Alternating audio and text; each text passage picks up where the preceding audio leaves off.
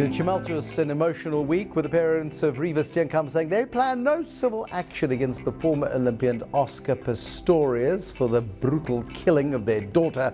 But there is still an avenue that exists for civil action against Oscar Pistorius. This is the MoneyMakers. I am Bruce Whitfield. Tonight I'm joined by Bernard Hotz. Bernard Hotz is a specialist litigator, and when it comes to issues around civil action, he is an expert in the field. Explain to me this concept of civil action, if you would, Bernard. Good evening, Bruce. Thank you very much for having me on your show. Bruce, let's look at two concepts in law. The one is called contract and the other one is called delict.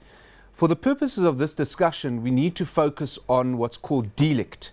And I'm going to mention a few words which give you an idea as to the elements that have to be proven in order to succeed in a delictual claim. We talk about an act, we talk about a causation, we talk about a wrongful act that results in damages being suffered.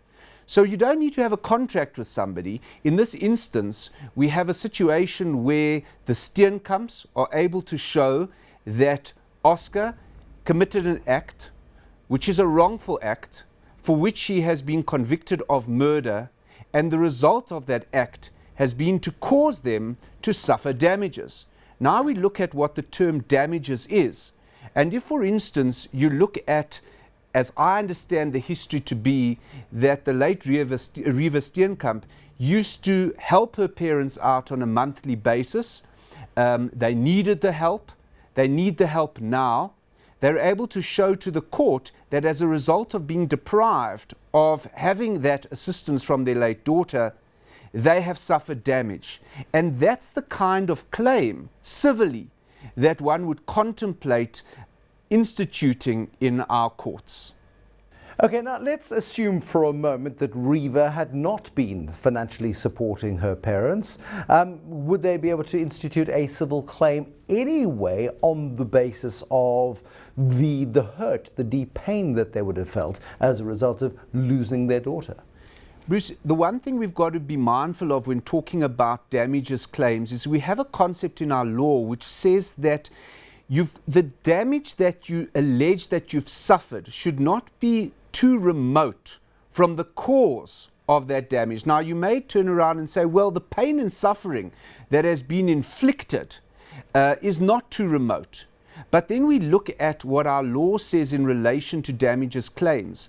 Our law says that as opposed to, for instance, in the US jurisdiction, where we have a concept there called punitive damages, our law says that a party should be in the same situation that they would have been had it not been for the harm that has been caused. In other words, the pain and suffering is, in my view, something that is too remote, having regard to the kind of damages claims which our courts envisage receiving and adjudicating upon in instances like this. Okay, let's move even further into the hypothetical then. I have a family member who is killed in a motor car accident. The fault of the motor car accident was the fault of the other driver. It is proven in court to be the case. I am so devastated, I don't work for 12 months. I lose 12 months of income. Can I sue under those circumstances in terms of South African law because of the fact that it did have not only a deep emotional impact, but there was a financial consequence to that impact? Bruce, once again, I think that may be stretching it. One has to bear in mind that you can prove the act and the unlawfulness and the causation, but insofar as the kind of damage that has been suffered, the test is to be able to show to the court that as a direct result of that, I have suffered a pecuniary loss for which I'm entitled to hold somebody else liable. So in a case like that, yes, it could be advanced. Obviously, we're talking about hypotheticals. It's going to have to turn on the actual evidence of a particular case and the facts of a particular case.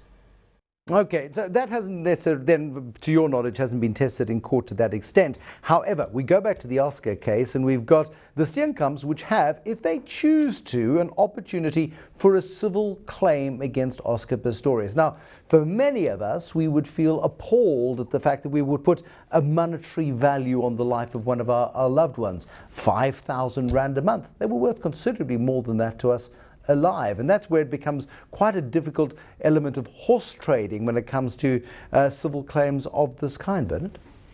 Absolutely. I mean, of course we're dealing with an emotional subject, but once again we've got to look at the law on this. The law says you cannot profit through a damages claim.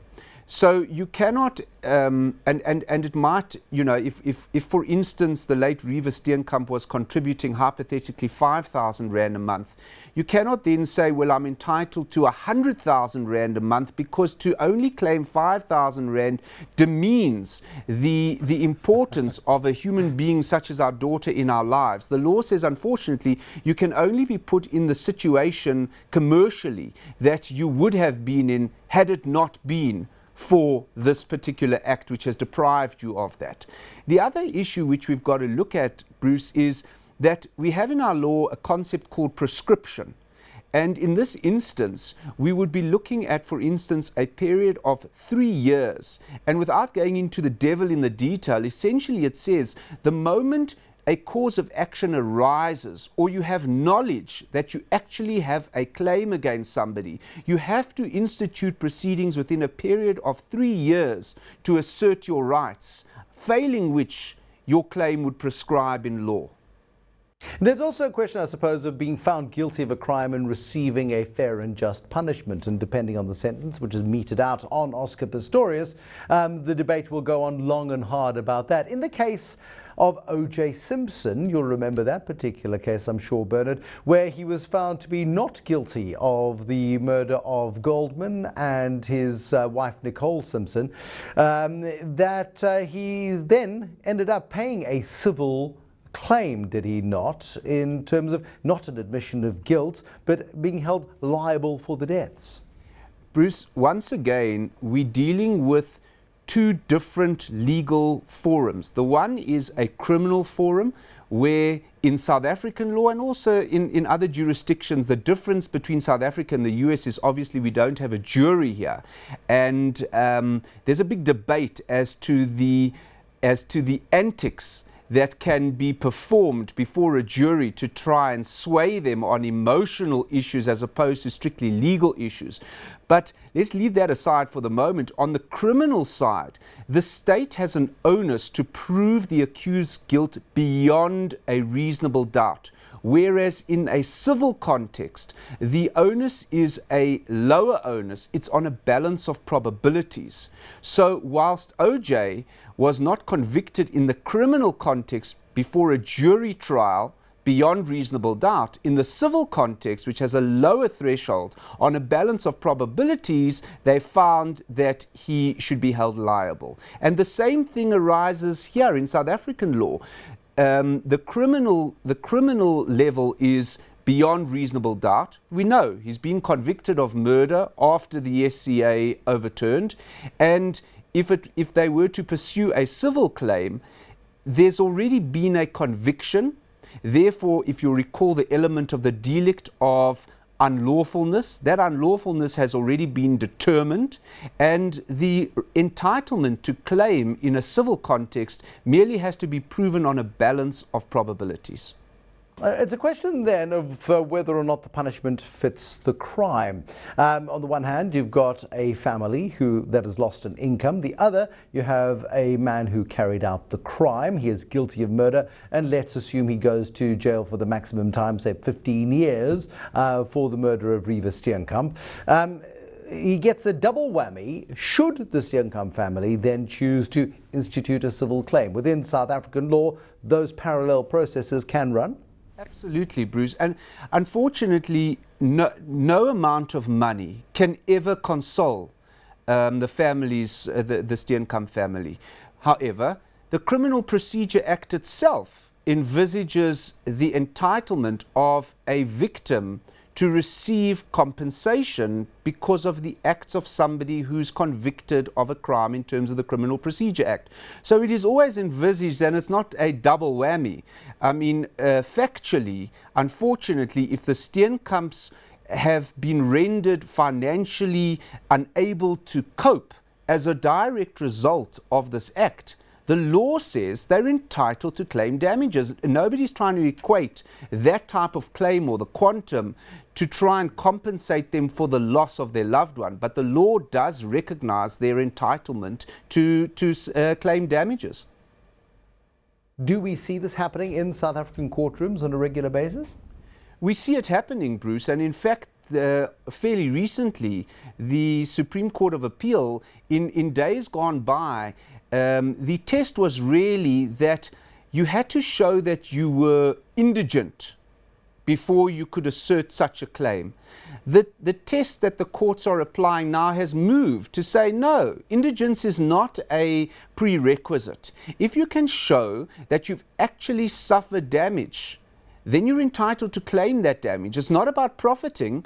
It's showing that had it not been for this particular act, you would have received compensation. There's nothing to preclude that.